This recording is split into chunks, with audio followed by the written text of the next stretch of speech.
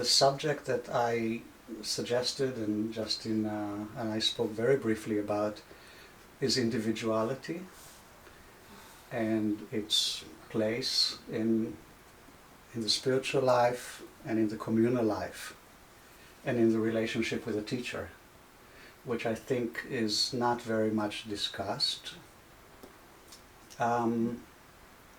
My interest in the subject is very personal because I come from a position of individuality equals ego equals bad, and I think in the last few years I made quite a shift based on my own observation and especially I think exploration with people like Justin and other spiritual exemplars, where I more and more realized that these people basically carved their own path and they didn't try to fit into anybody else's mold. And so I came to recognize that individuality is very important, and the flourishing of individuality is very significant in the individual, in terms of how far an individual would actually progress in their life, in their spiritual path. And the other, so that's one angle I'm coming from, and the other angle I'm coming from is from knowing 3 communities by now. 4, but so I know you very little. I know a kibbutz in Israel, which is a school of self-inquiry, quite well. I spent there probably half a year altogether in the last 10 years since I got to know them. And I know the community I was part of for 20 years. And in at least in 2 cases that I know relatively well, I feel that there was some degree of renouncing one's individuality for the sake of doing something collective. So that I think there's, first, that there's always some kind of a balance between the two, and that in the 2 communities that I know better, the 2 communities kind of went more in the direction of let's create something together and sacrifice some of the individual independence, individuality, expression. So that's kind of where I'm coming from, and now all my cards are on the table, so you're welcome to take it wherever you want to take it.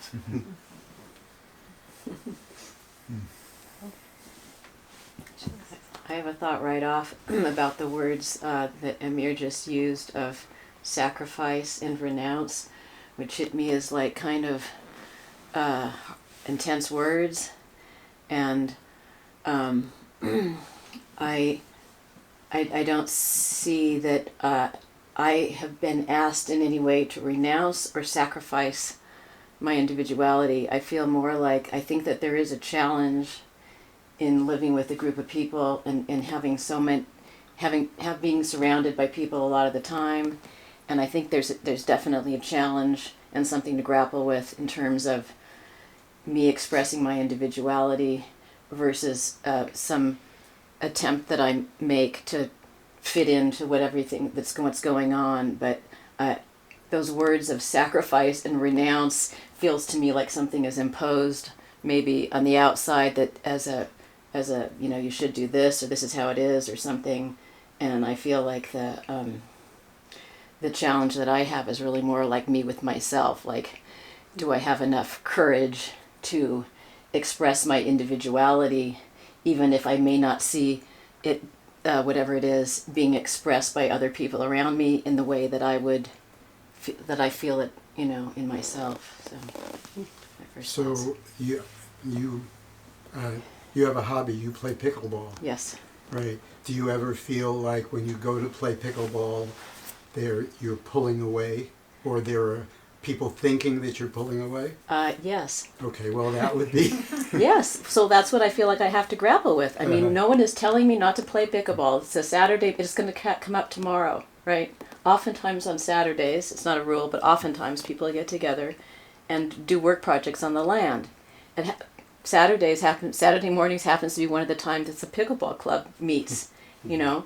So then it comes up, it's Saturday morning, am I going to play pickleball or am I going to do work on work projects here? And I feel like it's something I have to assess for myself and know where I'm coming from and why do I want to play pickleball or why do I want to be here, and am I if I end up participating in land projects here, is it coming from my own feeling of, yeah, this is where I want to be putting myself, or is there any avoidance in anything that I choose? If I choose to do the land work, am I avoiding the experience of manifesting, hey everybody, this is who I am, no one else around here has an evaluation for pickleball, but here I go? Am I avoiding whether somebody would say something or the opposite? And it feels like it's something that I do feel like I have to contend with, and maybe contend is even a strong word, but it's something I have to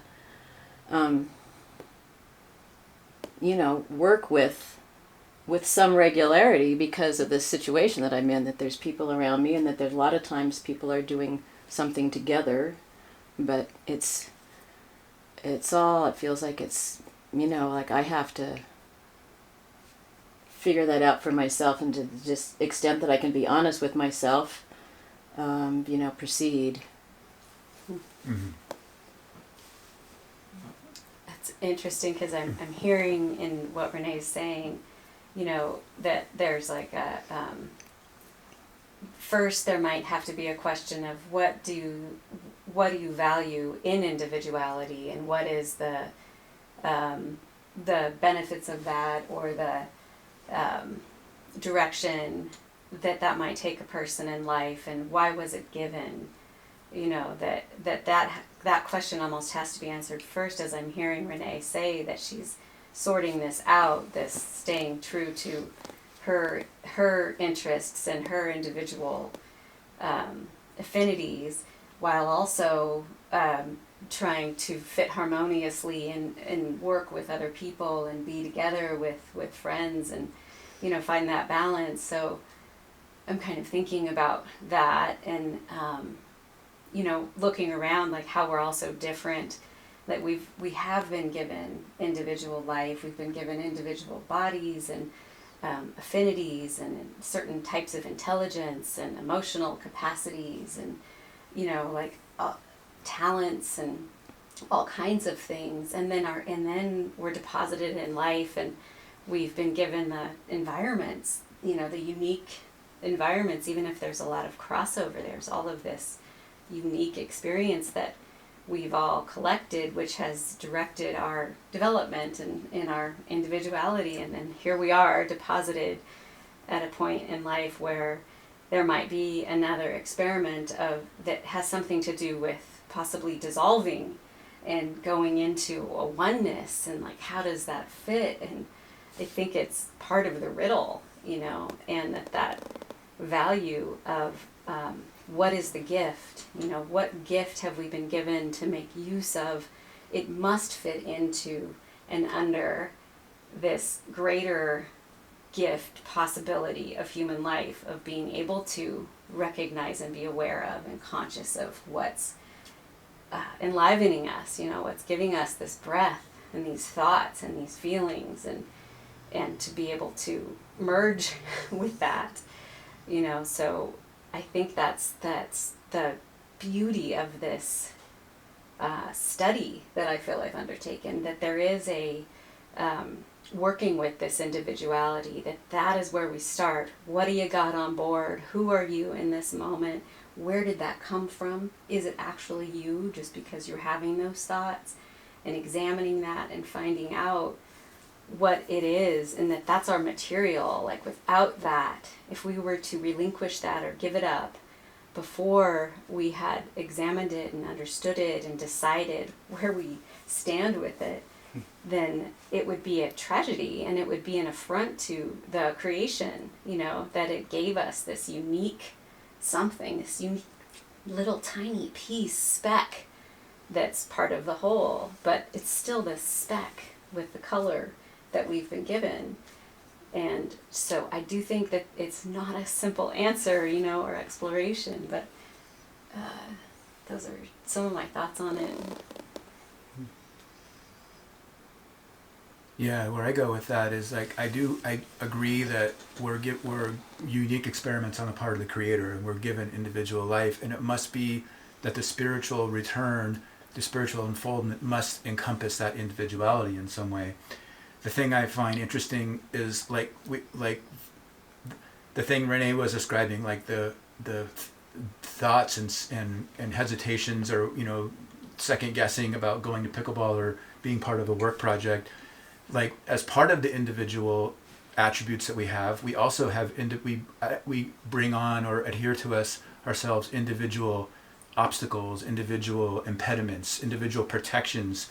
They might be in common with other people, but each one of us is a unique unfolding, and so we get certain personal styles that become things in our way. So for one person, it might be, How about for one person? Okay. For this person, I grew up with a dad who was gone, basically, and younger siblings, and from early age, I was assigned to take care of my younger siblings, and so responsibility was in the flavor for me in the way that I cope with it as burden. Like it was a little bit maybe too early, and I associated responsibility with burden, and so that grew from a young age, and whenever I could, as in my adulthood and whatever, and up to this time, it's always a question mark when some opportunity for a responsibility comes. Burden gets mixed in, or it can get mixed in. And a natural human being wouldn't feel burden. Responsibility, I know, is a beautiful thing. It's you're given responsibility as a way of increasing we and moving beyond I. So it's an expansive thing. But if you have an association with burden with responsibility, then that gets in the way, and I can't expand into we when I'm feeling this burden. So I'm contending with that all the time, and that's an obstacle that got brought on. I got with me early on, and it's still here. And so, in my spiritual unfoldment, that burden can't be part of the package anymore. I know that, but I've studied it in the moment to see for it to go away. So, like Renee was saying with the workday, my thing on that might be that I'm taking on an aspect of the workday, or I'm going to be in charge of the painting. We're painting our house, and responsibility will creep in. Burden will creep in to where I might cut a corner. I may not. Yesterday we were painting the wall, and I had two people who were inexperienced, and I didn't tell them to not paint the trim because I wanted to paint the trim in a different color, but I didn't tell them that. And so they're painting the trim, and it's like extra. It doesn't need to be done, and it kind of caused a little bit of trouble because it was drying on the wood and like that. And what was in the way is feeling like being responsible and taking the extra step of, hey guys, let me make sure I give you thorough instructions. Burden got in the way, and I didn't do that. So that's like a practical example of how that happens. But it goes all the way from something small, all the way to keeping me from reconnecting with my Creator. It happens. It creeps up in meditation. It's just part of me, and the unfoldment of individuality includes like knowing the things that are in the way, so that this natural individuality that Jenna was describing, this beautiful, unique flourishing of unique attributes can come forth out into the world. That is what I think we're meant to do and meant to have happen as natural people, but that's the work, is uncovering that and having that unfold. So what would happen? I'm kind of raising the stakes a bit. What if you contemplate the possibility of taking responsibility at the level that Justin is taking for the evolution and flourishing of anybody who comes in contact with him? That would be a little bit more than painting the wall.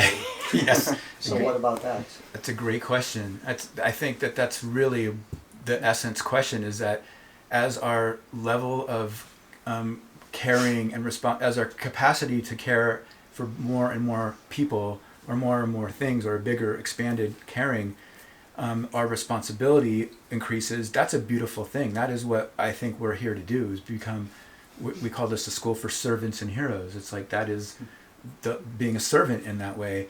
And I can't increase my ability to serve when this obstacle of burden is in the way. Maybe you could put forth your experience in that particular thing, because you were asked to do that. Right. I mean, I've been in charge of students at different times, and my ability to help Maybe them. you could explain what that means, be in charge of students. Yeah. Yeah. So we have public meetings, and we're very open to people. I mean, we're not only open, we're like trying to spread this good news that we're a part of. And whenever people come around, we're looking to pass on whatever we know. And sometimes people come around and they want to get more and more involved, and then we form study groups, and we'll have some of us be responsible for newer students. And so me and Amalthea put our picture on a poster and said, come to, if you're interested in exploring the inner and outer life of man, come to a meeting, in which we talked about some of the ideas and like that we have in common. And students came from that, and I was responsible with her for a long time, like 3 or 4 years of new students. And the need of being good at the responsibility, it's not a good term, to show up and do my best for them. It becomes very apparent when there's a person who's hungry and looking to receive and learn and study themselves, and I'm in a position to help make that happen. And so it's apparent that anything that I get that gets in the way from me, any obstacle like burden, affects people, affects this person in front of me. And the impact of that, I see it. I see me not explaining something or passing something on, or being lazy in instructions, and they miss a meeting or whatever it is. Or more. It can be they could leave. It has happened, and it's like, I feel the responsibility of that. And so that's an expanded position of going from me to, I'm going to do my best to look out for these people, these students, and up from there as our capacity expands. But that's a perfect example for me of real tangible responsibility that hopefully goes good, but sometimes goes awry because of my personal style. Well, did you surprise yourself in the way that you were in that situation? Yes, I got to see that the capacity exists within me, a greater and greater capacity to care, and what a beautiful taste of something that makes it even more real. Like, this is where I want to go. This is the person I want to be, and this thing that's in the way of that really is a problem, because I can see what would be possible without it. I'm thinking in terms of individuality that we collectively have more a problem of we need to encourage each other to manifest. Mm-hmm. I think we have a lot of fair amount of hesitation and lack of spontaneity.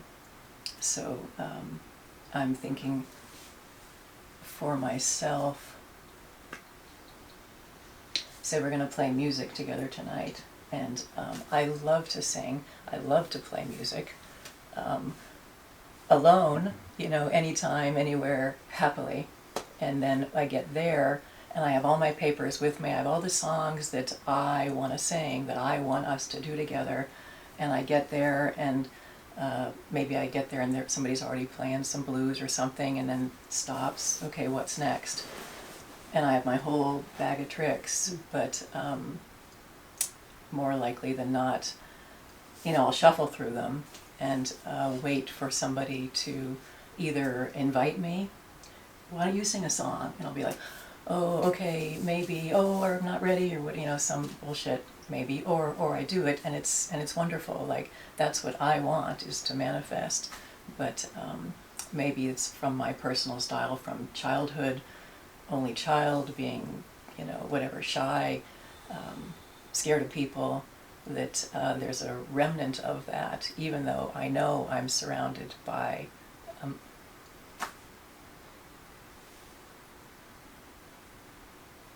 you know, my best friends and people who love me, and like they want to hear me sing, and I want to sing.